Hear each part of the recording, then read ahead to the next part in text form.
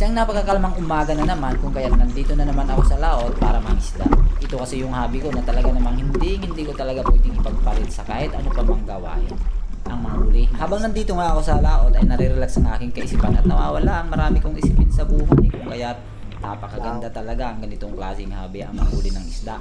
May huli man o wala, masaya pa rin. At habang papunta nga ako sa malalim na parte ay nadaanan ko na ang mga maliliit na isda na ito kung tawagan dito sa akin.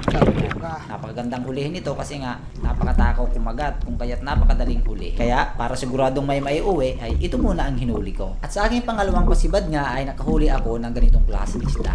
Ang tawag nga pala sa lugar namin ng ganitong isda ay bukawon. At kung bakit nga siya tinawag na bukawon ay kasi nga yung kanyang mata ay malalaki na para bagang bukaw o kwago. Midnight snapper. Napakatabang isda niya, no? Kadali tayo.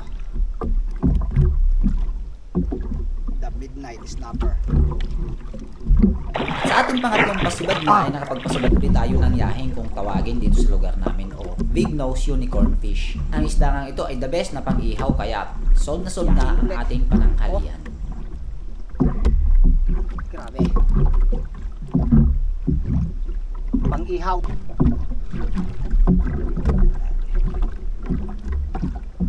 Biniraray. Nadali na naman ang mabahon tayo.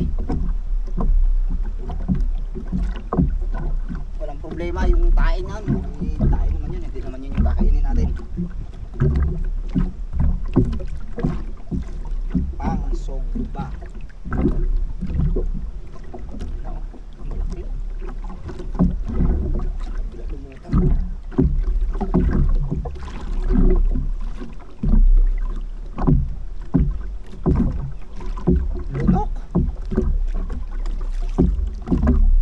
Sa ating panghuling pasibad nga bago tayo umuwi ay nakapagpasibad ulit tayo ng isang lapu-lapo.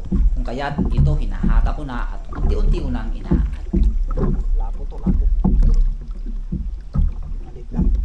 Kinuhin at kalahati siguro ito. Good size lang to, good size.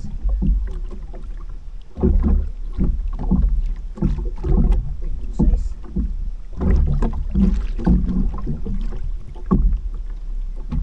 Tamang ulam lang natin ngayong hapaga. Dalawang yaheng, isang banahan, isang midnight snapper. Tingnan mo naman. Lord, sa biyaya. Isang kilo Segong kain na naman.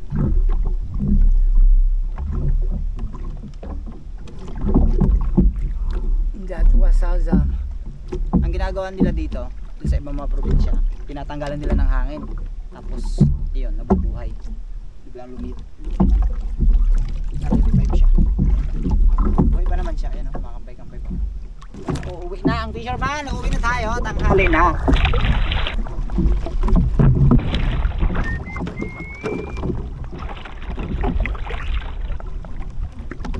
Ang mga ibang pain natin malalaki kasi kaya hindi na natin pinain. Ayos. Isa lang yung nahuli natin lapok. Isang sibad lang, isang sibat, isa rin. Yun, nahuli na natin. May medya. Medyahin.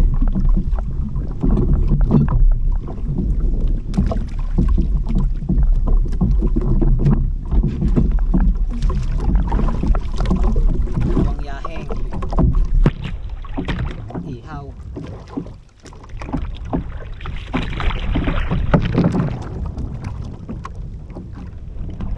Buhay pa nga yun. Ang pagpain. Tapos ang ating unang huli, midnight. Unang tubig.